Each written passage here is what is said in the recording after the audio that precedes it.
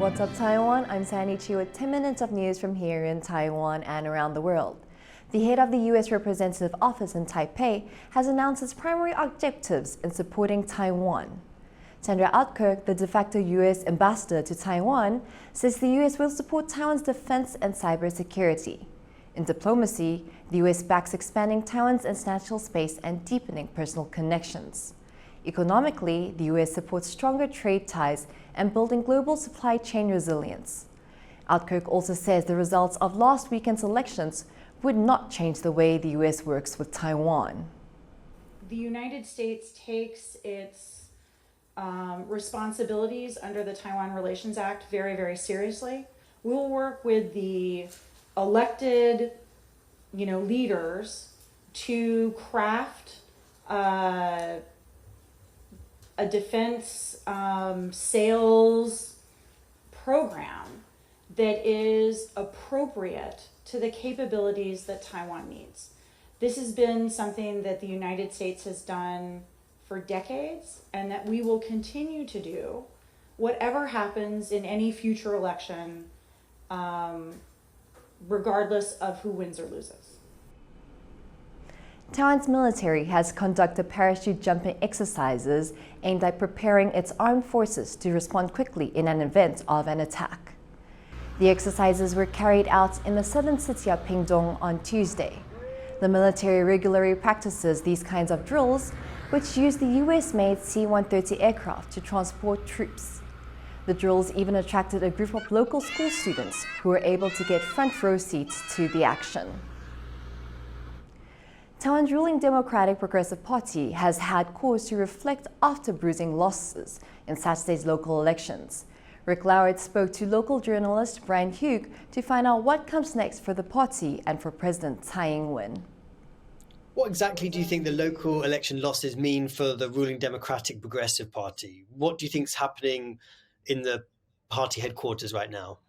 The issues being voted on then are primarily economic. Voters are punishing the DPP for sluggish economic growth. Also, Taiwan's ticking demographic time bomb, that is also considered an issue regarding the elderly population, which is rising, the declining birth rate, unaffordable housing, and how to take care of all of these old people. And so the interesting thing is that voters decided they preferred the KMT's platform on that. Both parties proposed various solutions, but the DPP was the one that voters voted against. And so I think that is kind of punching the DPP for failing to do enough on those issues. And so I think particularly because of legislative and presidential elections often being much more about cross-strait issues, which the DPP could not lean into as much this time around, then there's a possibility that DPP will consider this as just as usual, that doesn't do as well when it comes to local elections. And so then it might not actually change its messaging too much. And what effect do you think the local election losses is going to have on Tsai and her ruling party and their leadership? Is she now a lame duck president? In that sense, there's a power vacuum in the DPP. The party chair, Tsai, resigned, and so that potentially opens the way for challengers to Tsai's authority.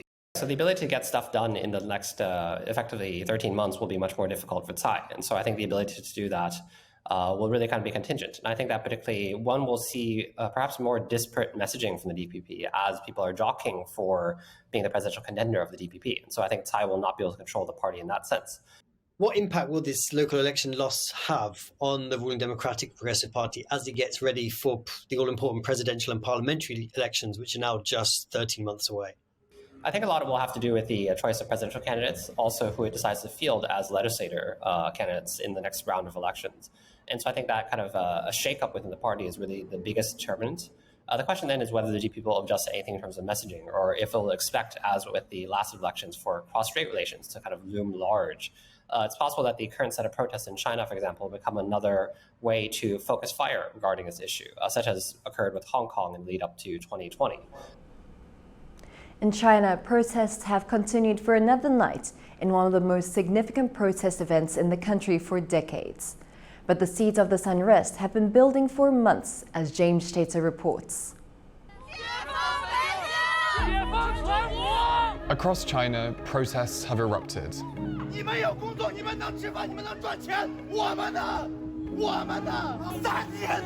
The target, zero COVID policies that continue to paralyze the lives of China's citizens and its economy, nearly 3 years after the pandemic began.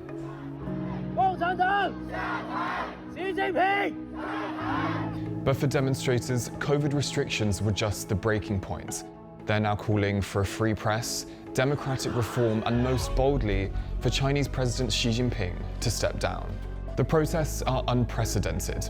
They're taking place across several Chinese provinces and are united by common frustrations.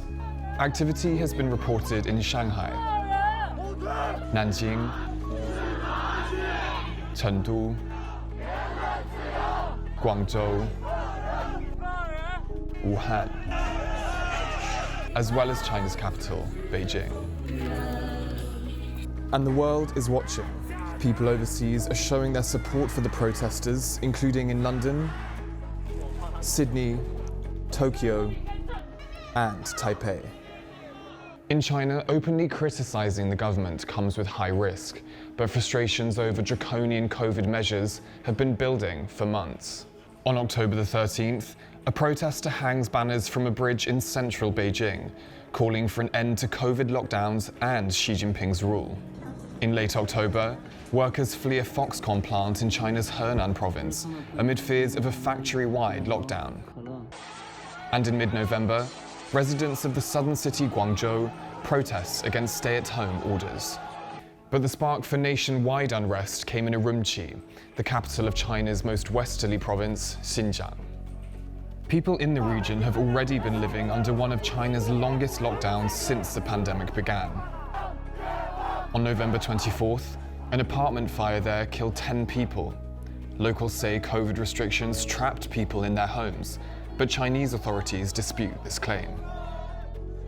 All of this poses a major challenge to Xi Jinping, who recently secured an unprecedented third term as China's president. Xi's reputation is tied to the COVID zero policy, and so these protests are fast becoming one of his presidency's biggest challenges.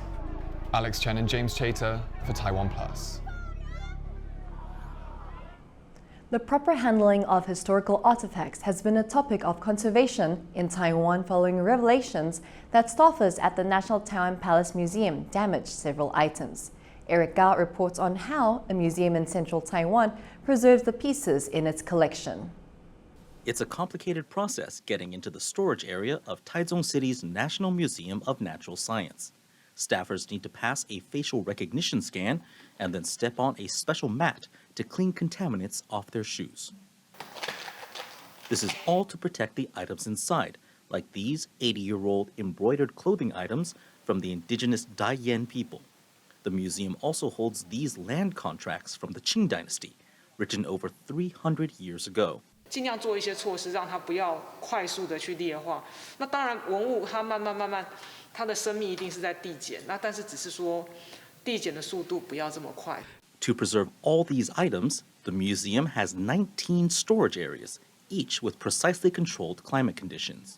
确定要把这个藏品拿下去的前提是展场的温湿度的条件。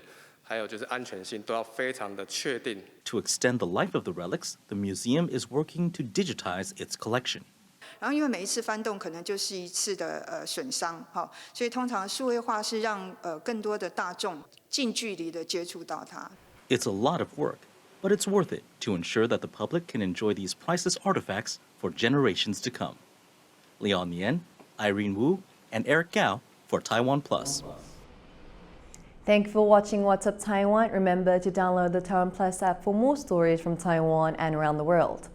Finally, today we leave you with images of over 2,000 dancers gathered in Venezuela, breaking a Guinness World Record for the world's largest salsa rueda, or round dance. I'm Sandy Chi. Take care and see you next time.